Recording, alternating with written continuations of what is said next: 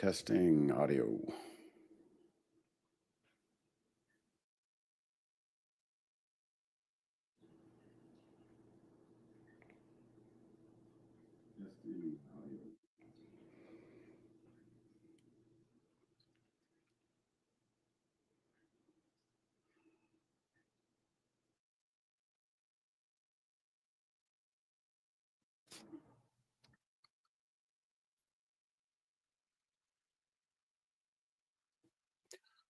All right.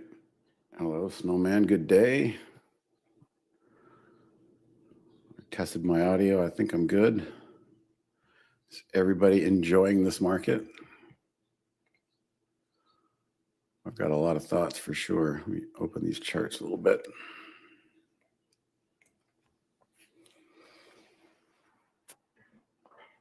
All right.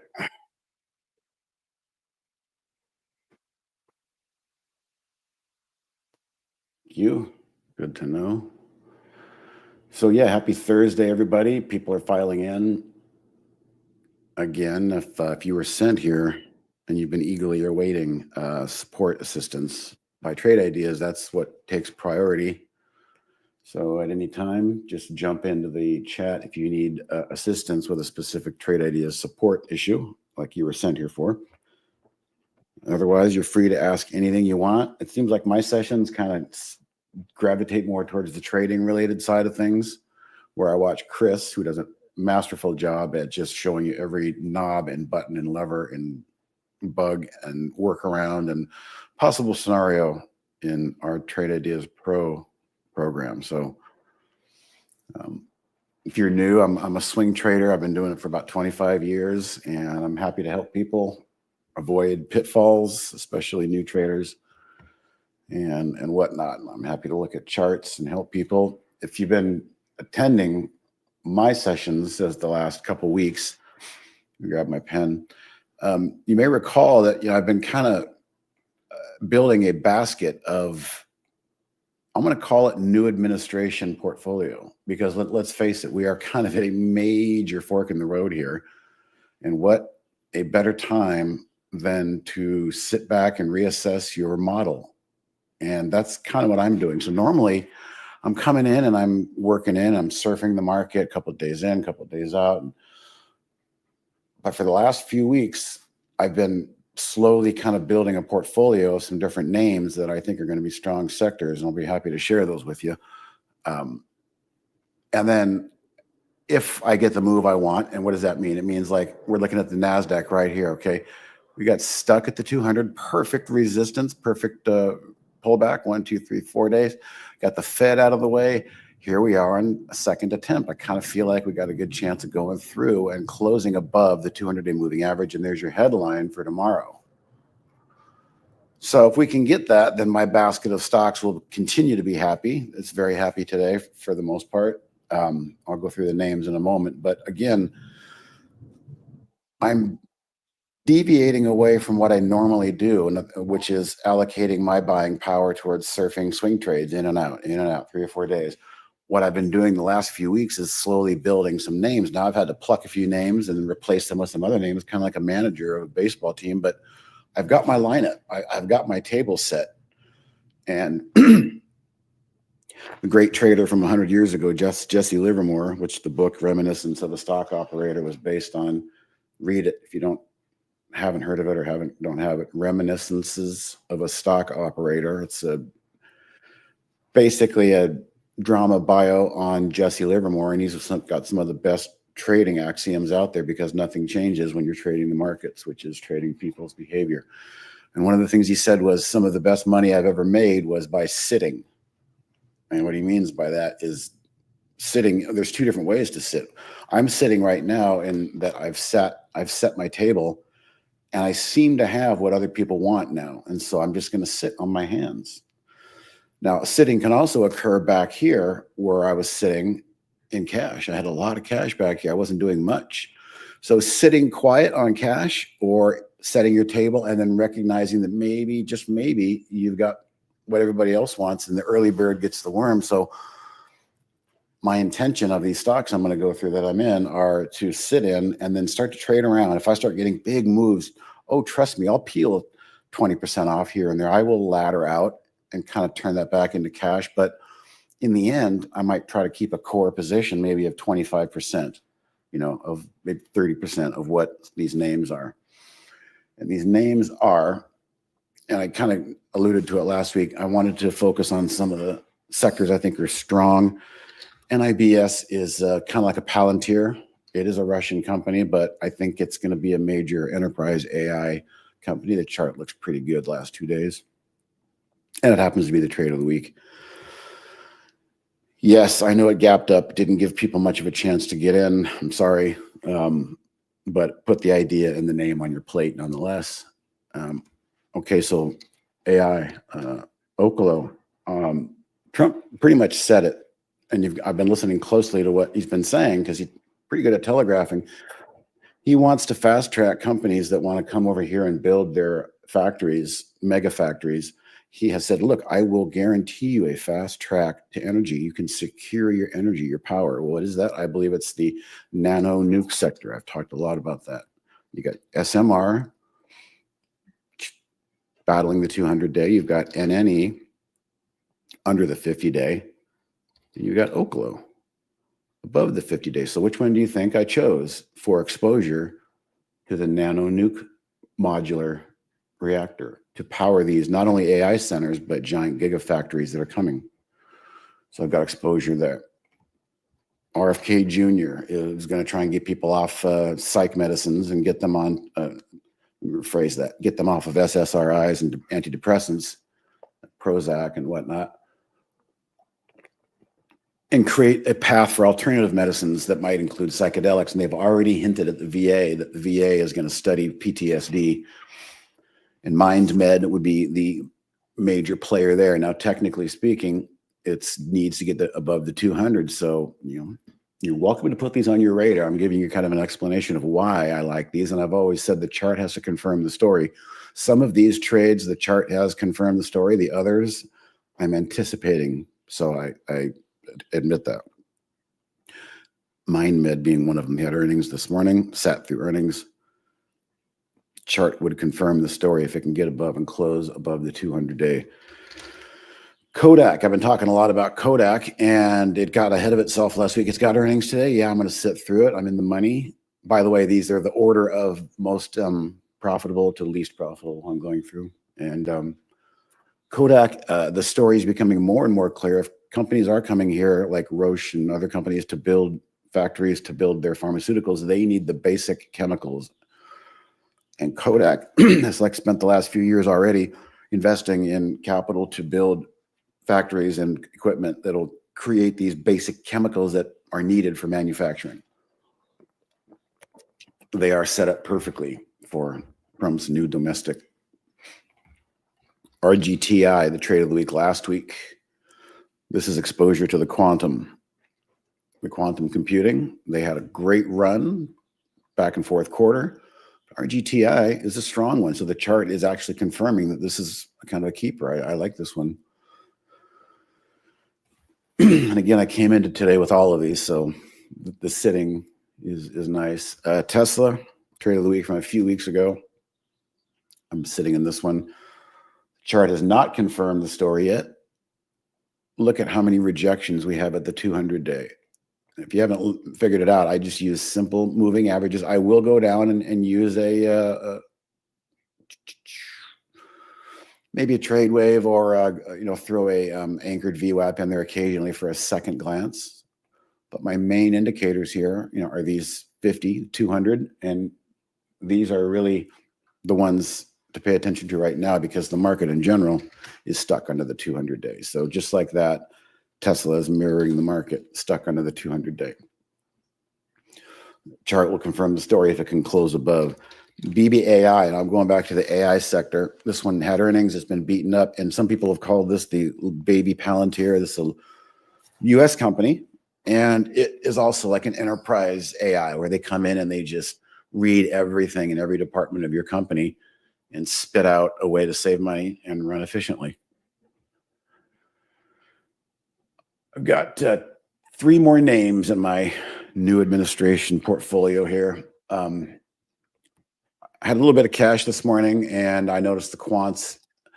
I bought some ARQQ, in other words. Now, they had earnings pre-market, but we also had IONQ,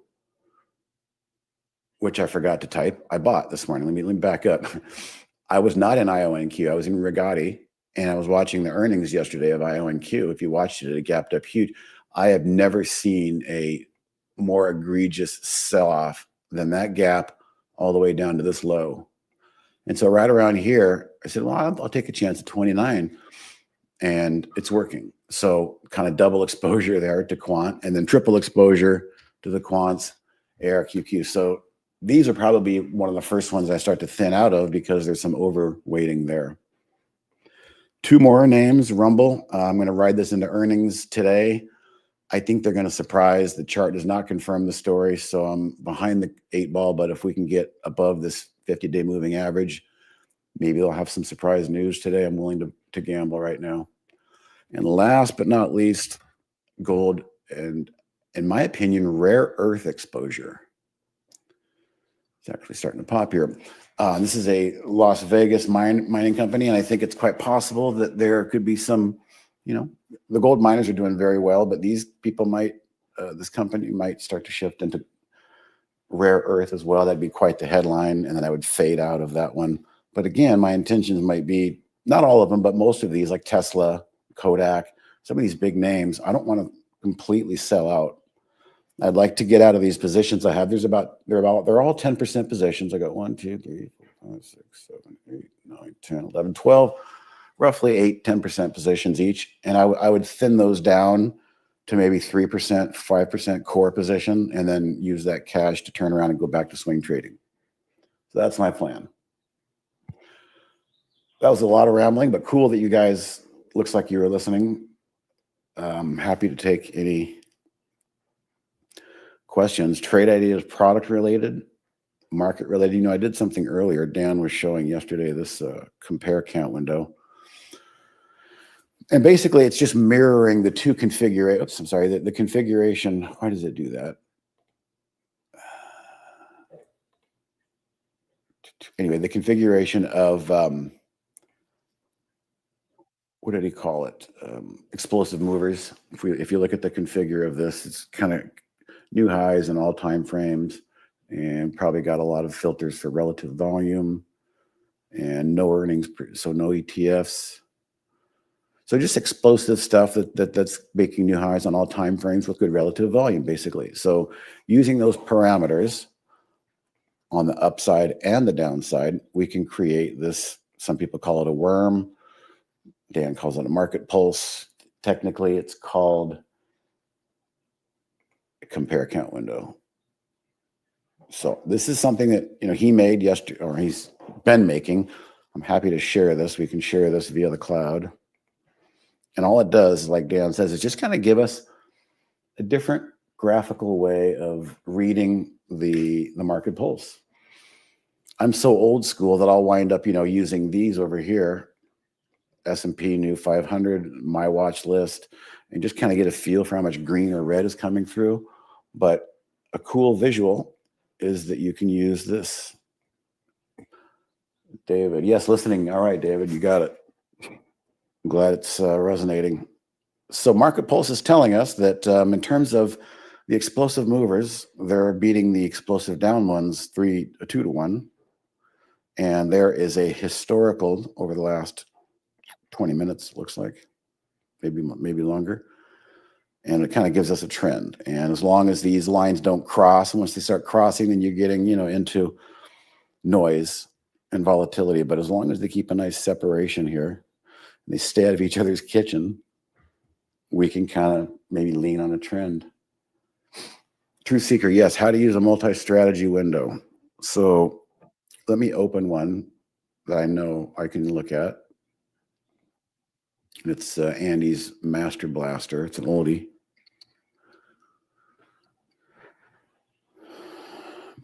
Extreme Master Blaster. So we load this as an M window. And I think where you're asking about functionally is we've got 1, 2, 3, 4, 5 different strategies in one window, as opposed to just an A window with one strategy. And the way in which you can manipulate these is you've got to go down the submenu tree.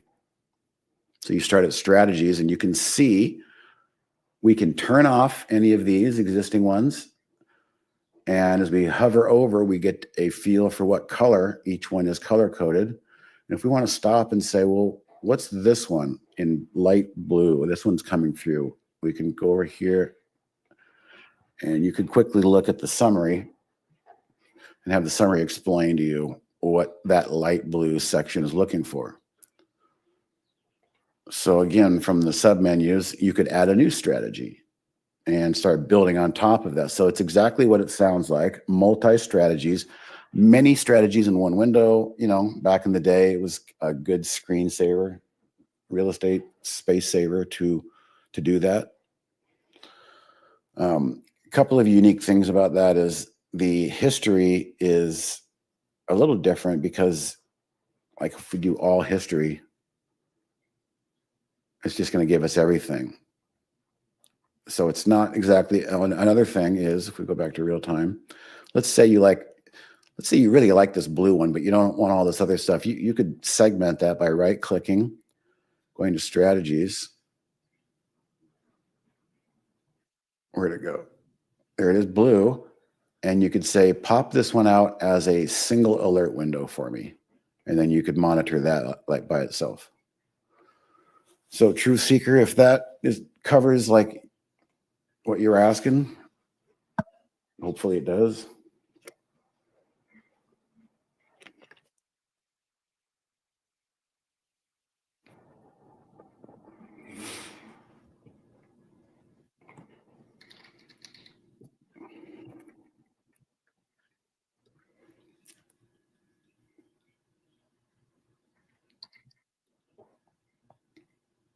So this is really the test, like I said earlier. We've failed the 200-day moving average 2 times now, once, twice, and it's the third time going to be the charm today.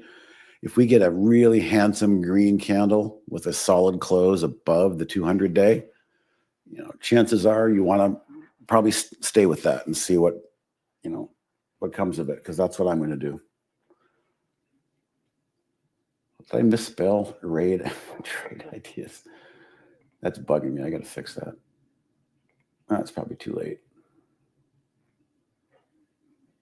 Oh well. That's what happens when you don't proofread. All right. So yeah, new people coming and going, I guess, in the live stream here. If anybody was sent by support, don't be shy if you have a specific question.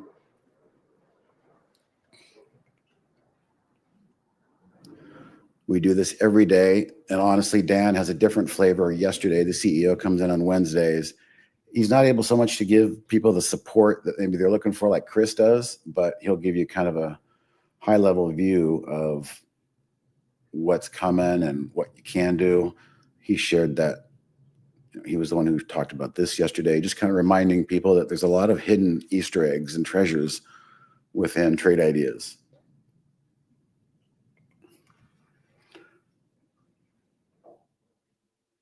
All right, let's take a look, Mike. Carvana, short squeeze. So the first thing we're going to do is look at okay, so we had earnings yesterday.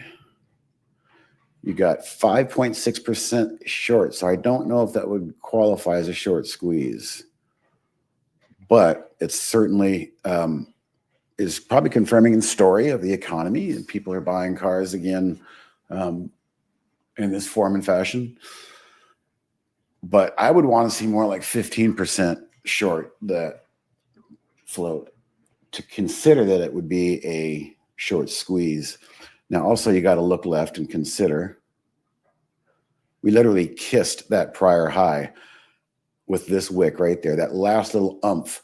So I'll tell you what, if you're long this thing and you're short-term oriented, if this thing rolls over and closes below the rising 10 SMA and you get a closing price, that is always my short-term exit for profit taking. And that's never really let me down.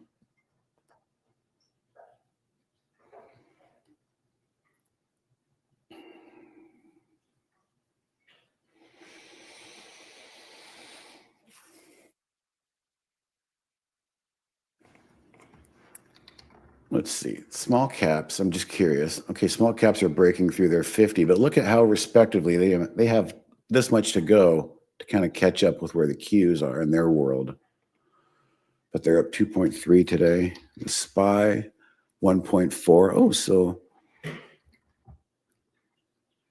and 1.1. So look at that. So we just stumbled across the fact that small caps are having the best day of all in terms of the indexes. I mentioned to Andy yesterday, NVDA just would not be denied. So here's a perfect example, guys, of hindsight trading. There's your first close above the 200-day, like I just said once. I'm sorry, the 50-day. And I kind of consider these one and the same. The 50 and the 200 can be huge overhead resistance. And most of the charts we're looking at right now are looking like this. So you have to expect they'll come up and pull back and retreat. But NVIDIA, the darling, didn't have much difficulty there. And in fact, it's been making a statement, like the 1, 2, 3, 4 days above the 3 days above the 50, and then just took off yesterday. And it's basically heading for a date with the 200-day today. It'll probably find resistance there and chop around. But when we're in a down market like this, and you can either go two ways. You can wait for confirmation. And in my world, you can kind of be early and wait for confirmation. If you just catch that first day where you finally get that close above the key moving average, the 50 and the 200, that is usually a green light for me to like consider putting risk on in that name. But in this case, we've got the whole market telling us that if we can do that today in the NASDAQ, which is the leader, and you can see here, it's running into sellers with all these wicks for good reason, because the 200-day is right there.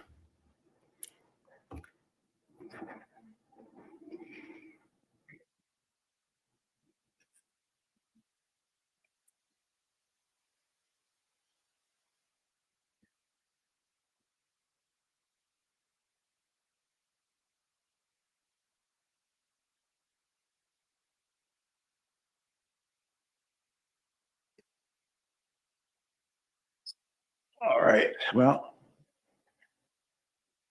caught up questions. I'm happy to look at any charts if you guys are wrestling with and wanting a second set of eyes. But like I said earlier, I'm just sitting.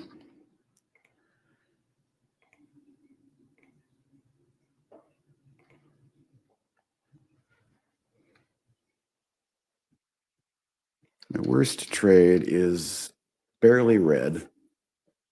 Everything else is green, but this one, so, I'll say, all right, what do I have to nurse here in this garden? What are the possible weeds that might pop up? Well, I'd be foolish right now to just be upset by a little downtick right here. So at the end of the day, I need HYMC, this mining stock, to continue to respect this rising 200-day. If it starts to break down and, since I'm already kind of just barely underwater in it, I could sell it and maybe revisit it just for something to feel good about at the end of the day, like you're actually peeling something off and not being married to everything. Okay, ZVA. Zivia. So I haven't heard of this one. Oh, Zivia Soft Drink Company. Okay, 2% short, not much of a short squeeze. Coming off earnings. Okay, so it's kind of like just like that other chart, Carvana. We got to look left. We basically slammed into the underside of this carriage here, closing the gap and finding the pivot, which was prior support 1 and 2. So there's really nowhere left for this guy to go. Now, it did have earnings, so it's got a catalyst, which is nice. But most of the money was made on the open, because even the person that bought right here, leaning on that 10 SMA, which I'm always a fan of, you're up 46%. You're slamming right into a pivot point. If you look left, how much more can you get out of this thing? I'd hate to be the person that's taking a position here. Now, Snowman, if you're telling me that you're in this thing, then I downshift to what I was just saying a minute ago. You ride it until you can't ride it anymore. And what that means is the very first red candle that you get under the rising 10 SMA here, that's my signal to get up and head for the exit. Shark Ninja SN. I'm not getting rid of it. I love that thing. Okay, so you're in it. So you're probably wondering, another earnings one. So what I would do is, yes, this is a wonderful catalyst and it could build on that, but it's certainly finding expected resistance here. If you've got a really, really good profit, what I would do is at that first red candle, that sell signal, I'd probably sell half. And what that does is it locks in your mental emotions on the trade. You feel like you're playing with house money going forward, and you really can't lose. Because until you do that, we all know that you've got two demons on your shoulder, one telling you to sell it and book the profit before you lose the profit and you get mad at yourself. And the other one is full of greed saying, don't get out now. You're going to be mad 3 days from now. So you can satisfy both of those demons by selling half, and they both go away. All right, another one. Good. Open. Is this open table? No, open door. Real estate. Okay. Right.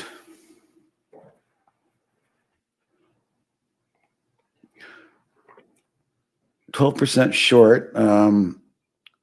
Really good second day above this declining 20-day. Again, a lot of stocks, like I said, they're all in declining trends for the most part. But this one it's a good looker. So German, I don't know if you're in it or thinking about being in it. If you're in it, it looks great because what we've got is kind of a nice little cup and handle going on there. And it's just begging, in my opinion, to maybe challenge that again. If it does break and give way, then that's when I defer to this backstop down here, which is my 5-day moving average. But if it can hang on, then there's no reason why it can't maybe test $1. Do you think 90 is looking like support? Candlestick wise, it is for the moment. I'd probably call it more like 87. Or maybe give it an 85 just for good measure. No, 87 probably is a good one. I think right there. Every penny counts on these. I know. Let's see. Okay, can you back test your scanner? You sure can. It has to be an A window, an alert window. So what we could do is I've got this pullback one. This is probably a good time to talk about this. I just mentioned that 5-day moving average a minute ago. Well, I built a scanner and I've been using it lately for stocks that are strong but pulling back into it. So you can see AOSL right here. This is the sweet spot. Not a bad entry, right? Better than chasing it up here. So if you're looking for ideas, I'm not looking for ideas, but when I am, I might look back and say, okay, what do we got? Oh, look at this. Bam, nice trending stock, big pullback. So with that introduction, let's back test this thing. Like, see the arrow? Look at how it just kisses these moving averages. And what it's doing is it's looking for strong stocks that are up at least 3% in 5 days. That alone in itself will just make me realize that if it makes a new low or a new 15-minute low, or whatever I have, what do I have? A new low at or just below, it's called the 130 period, which is 130 15-minute candles, which is the 5-day moving average. So we can back test this. Now let's think about this. If we're trading something like this, what would be a good time frame? I'd say let's hold till the end of the day, and we can even try it overnight hold. So we would start by going to backtest strategy, loads the strategy. We certainly want to shave off the first 15 minutes of the day. So I'm going to leave that. And then I've got this cranked down for some reason, but I'm going to open it back up to sample more of the Pacific Coast time here. Okay, exit. This is what I mentioned. Let's try at market close. No, not this one. This is the exit for me, 1 o'clock Pacific. So let's try an all-day hold. We could even try a 60-minute hold. Let's start with that, actually. We'll start and move our way out. Risk management, we're always going to keep the same. We're going to look to make a 5% profit, but enable a stop loss of 1.5. This might be a bit egregious for the short-term 60-minute time frame, but let's see what happens. Now, I know for a fact that if I ran this 25 days, it's going to include a lot of bad days. I'm going to tighten it down to like 10, 15 days. All right. Simulate buy, because it's a buy. And let's see what we get. This is our starting point. Not a bad strategy, if I don't say so myself. What is this showing us? Profit factor of 3. Right off the bat, that means this is a 3-to-1 win ratio. Basically, just call it that. Total trades 166, not bad. 59% win rate, not bad. This is what I focus on. The average winner and the average loser, pretty good. 86% average winner, average loser. This is a really good base strategy. And don't worry, I'll share it. But now curiosity has the best of me. And we're going to change it up a little bit.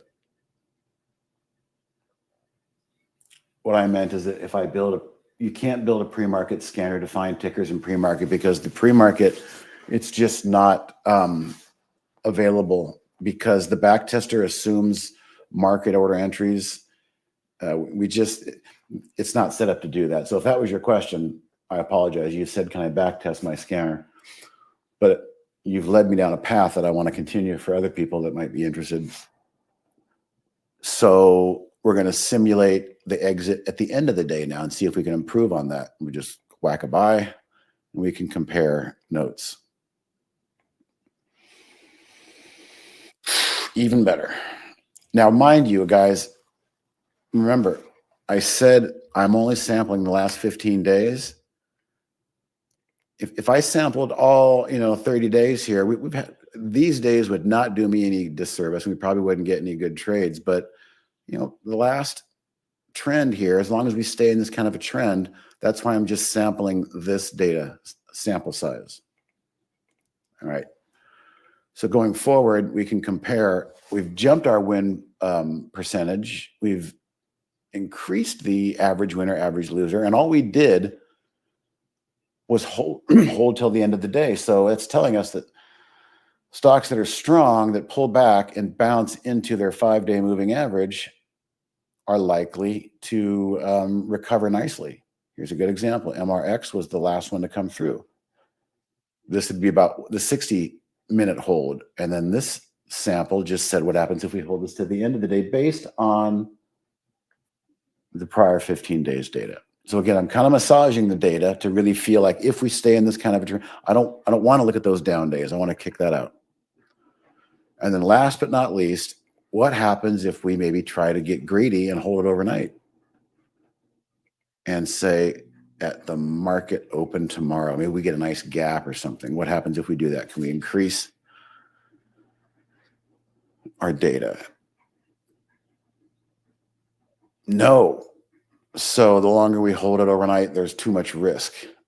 How about that? That's interesting. So this is an interesting day trade scan, and we just confirm that as long as, I'm giving you qualifiers here, as long as the market stays in a nice little trend like it has the last 15 days that we sampled there, and I think we can, this strategy is kind of cool. So with that said, I will share this to anybody who wants to use it for ideas for like nice risk reward entries for a day trade.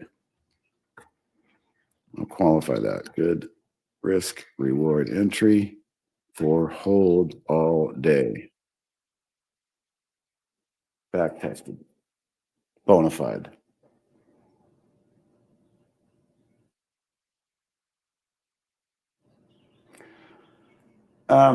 You may have been talking to Chris on that, OKO. If I build a pre-market scanner, can I back test to find the tickers each day the pre-market indicators are brought up? Well, again, no, there's no way I know of, because in the back testing architecture, entry. We have, there's no option. And again, that's really for your sake.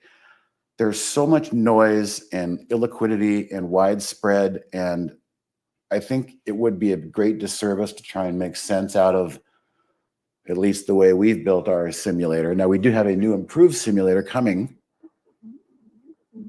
And you know what? I might ask today in the meeting if that's going to include pre-market because of the way they're building it. Because the way this one is built, the legacy architecture just won't allow you to do pre-market. But again, thanks for the question, because I stumbled across an interesting little strategy there. And by the way, guys, this is what I'm thinking about deploying, this actual scan. That's why I've got it up. This is what I'm thinking about deploying when the internal testing of the money machine that you saw Dan show yesterday and talk a lot about. It's really only he and Brad that have the keys to that right now. So once they're happy with the next development internal build, they'll release it to like me and Chris and Andy, and we'll play with it. And so my intention is to be ready for it. And this might be the scan that I base my simulated testing of the money machine on. Somehow, I don't know. But this is the concept, because I like these low risk, high reward entries of being contrarian where the buyers show up. Look at this. Here's another good example. We looked at this earlier, actually. But, you know, this is the amateur buy up here, freaking out that you're missing a runaway train and you FOMO it. But if you just sit back and it pops up on your scanner in real time, you go, hey, I've got some cash. This is kind of interesting. I mean, I can buy it here. And I can sell it 30 cents lower if I'm wrong. And the upside is much greater than the downside. So that's why I like this scan.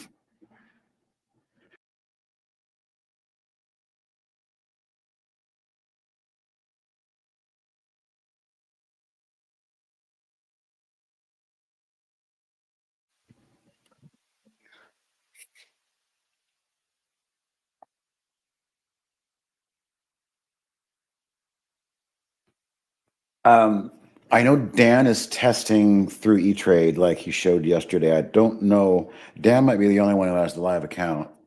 Brad is more in direction driving the developers on the next updates and things like that. So, and I know one of our developers is also kind of working with Alpaca. That's the dream setup with Alpaca. You know, ideally, because I say that because the commissions would be low or free. Now, obviously, with E-Trade, Interactive Brokers, and maybe by the end of the year, who knows, TradeStation, there still may be some commissions. Now, if you can just like the old days when you had to override commissions, if it can be done, it can be done. That's like, you know, the benefit of the automated money machine outweighs the back end fee structure. So, but Alpaca, if we can figure out a way to really get that going, that's going to be the best proposition for people who want to be really active. And then, of course, if you live in the US, 25K pattern day trader rule, you'll run out of money quickly if you don't have at least that.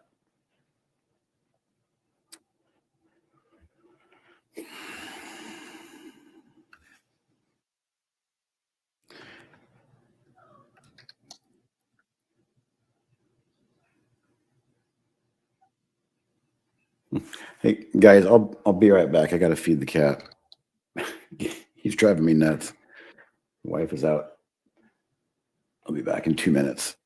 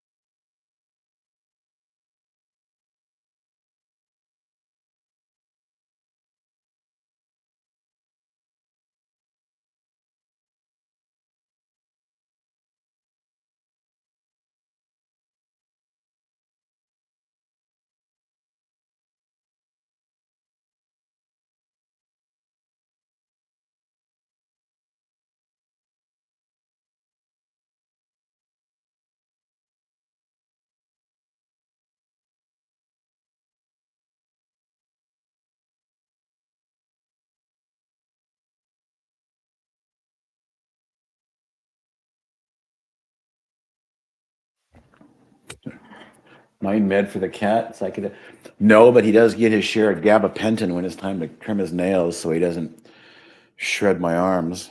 That's always a fun day. All right, I'm back, everybody. I'll be here another 15 minutes. If you've got any questions or concerns or need help. I thought that was a pretty cool demonstration on the back testing and that scan, by the way. Hopefully somebody's welcome to use it. Hello, Alex. Could you please explain the accuracy rate of the artificial intelligence service? We don't have an accuracy rate, but here's what I can do. I don't know if you're a current subscriber or if you're thinking about it, but we can do is we pull up the AI module and we can go to a couple things right off the bat. It's defaulted to any profitable, but that's actually the amount of trades. But the idea is if you want to just keep your eye on a watch list of winners, these are the ideas that were suggested today. Now, what you can do is you can kind of get your hands dirty and dig. We don't publish anything, or there's no column that's going to tell you everything, other than what you see here, profit percent of the trades and things like that. But we can go to history. History all, last 60 days. This is the maximum you could go back. And then no filter. That'll give you every single trade. So from here, you have a lot of data. There's a lot of trades in there over the last 60 days, and you could kind of filter out using the drop downs what you want. Or I believe some people, I think you can copy and paste and drop that into a Google spreadsheet if you wanted to massage the data even more.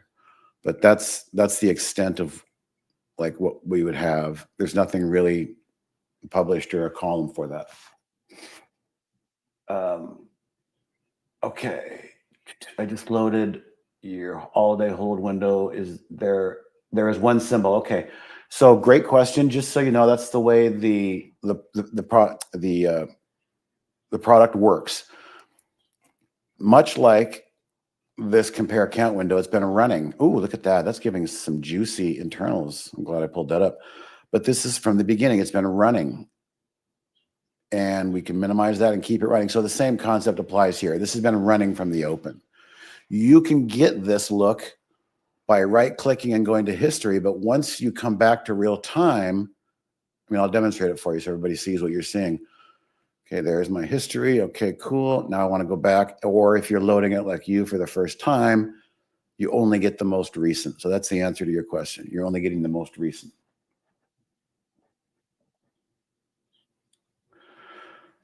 A good explanation there from a user. AI gives you more like guidance. You still need to know some basics of trading, correct? I know it's a great allure, but we give you, the downside risk. So, don't risk it past here, but the upside is up to you.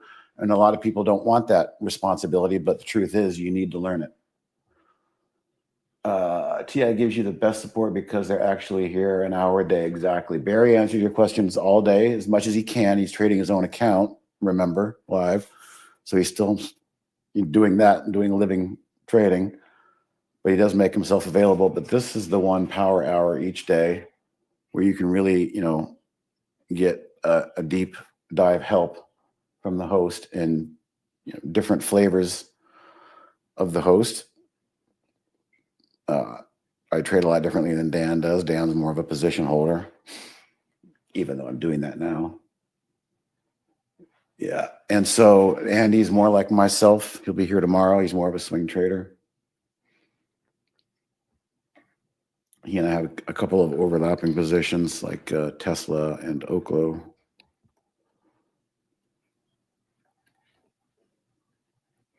The nano nukes aren't really doing much as I thought they would do today. Kodak looks great going into earnings. Let's check into the quantums. Yrade, bit of a pullback. Here, QQ and IONQ. Yeah, that one's holding up. I'll tell you what, the people that sold down here, people that bought like up here or pre-market up here and couldn't take it anymore and sold down here, if they pull this thing up and it does a U shape by the end of the day, they're going to kick themselves. Oh, qubits, that's right. You mentioned qubits. Another good name. Pre-market earnings, great earnings. So we've got INOQ and Qubits. Beautiful shape here on this one. How it didn't sell off as far as the other ones, and then got into shape real quick. First test of the day was passed. That's why I use the end of candle closing rule, because that little one tick below the line, if that got you out, you're mad that you got out. So I wait for the close.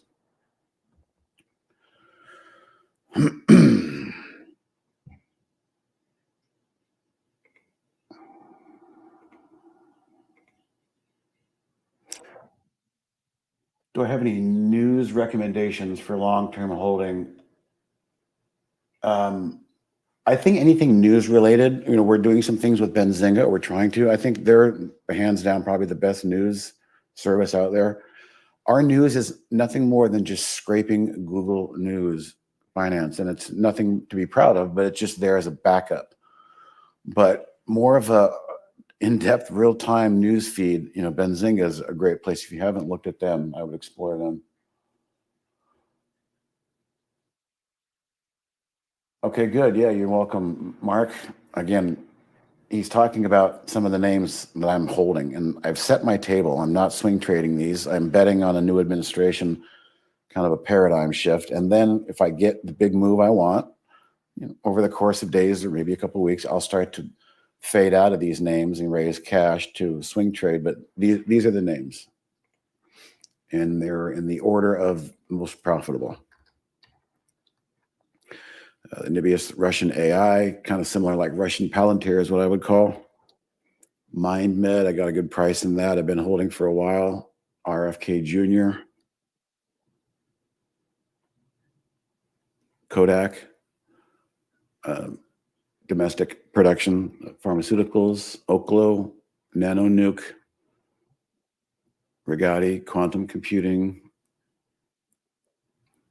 Tesla speaks for itself. Oh, I meant DJT. I might as well hold that. His company. IONQ, another quantum, had earnings last night. Picked it up on the open, downwash this morning. BBAI, a small cap. The IWM is doing well today, so maybe the small caps will come to life. AI. Rumble taking fun of earnings today, hoping for some headline PR.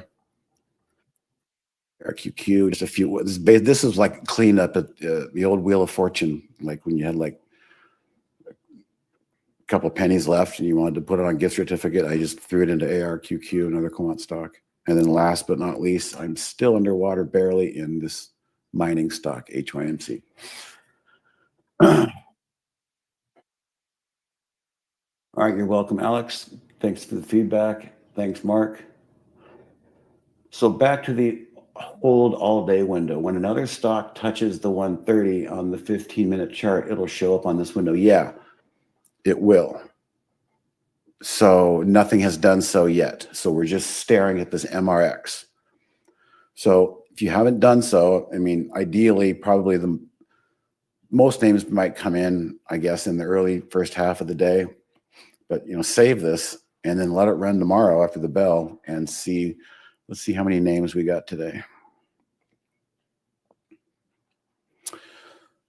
Again, it'll show new high, new high. Now I can, not in history, but if this bothers you in real time, if you see the same names stacked on each other in real time only, you can turn that off. But you'll see if I go to properties, don't repeat is grayed out because the history has to show it. It's just one of those quirks of how it's built. So 1, 2, 3, 4, 5, 6, 7, 8.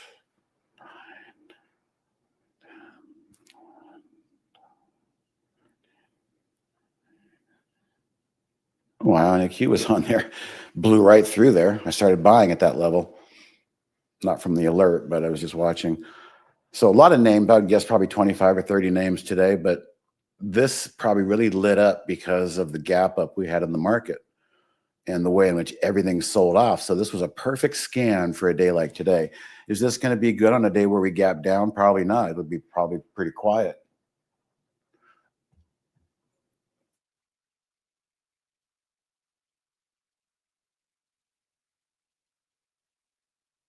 But if you missed it earlier,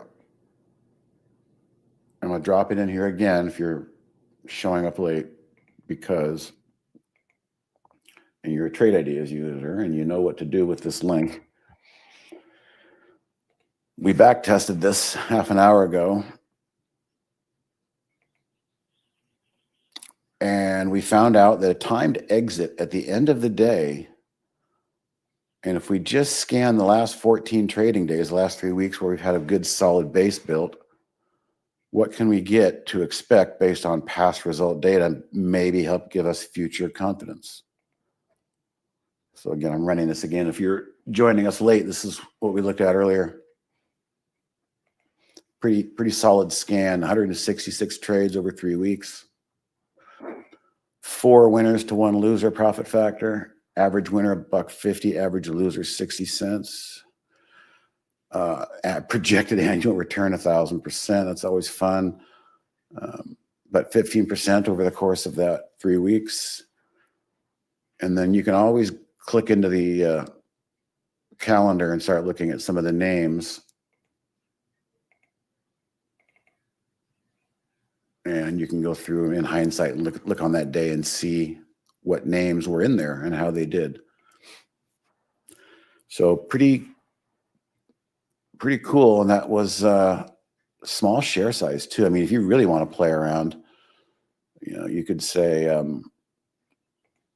change that to dollars and say, what if I, allocated 5,000 to each of those trades?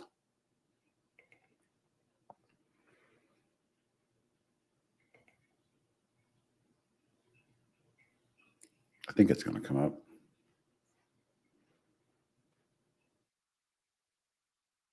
Yeah. Okay. So the dollar amounts are different. You need 136,000 buying power. It tells you that. So you'd be locked out if you didn't have a big account. So there's a lot of information for people to dive into on the back test summary. But with that, I do got to run in a minute. If anybody has any last second, I forgot to ask kind of things. So NASDAQ, what am I looking at for the close? I'm looking at a solid definitive close of green, way above or at least above the 200-day. That's kind of my running method for getting confirmation early and trusting something that it's going to keep going, is a conquering and planting the flag of a new captured moving average.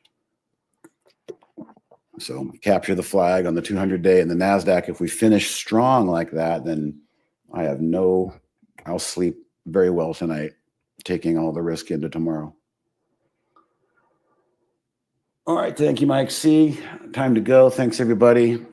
Info@trade-ideas. Any questions?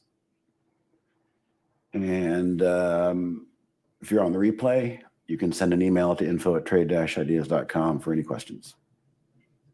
All right. Thanks, David. Thanks, everybody. See you next week. Bye.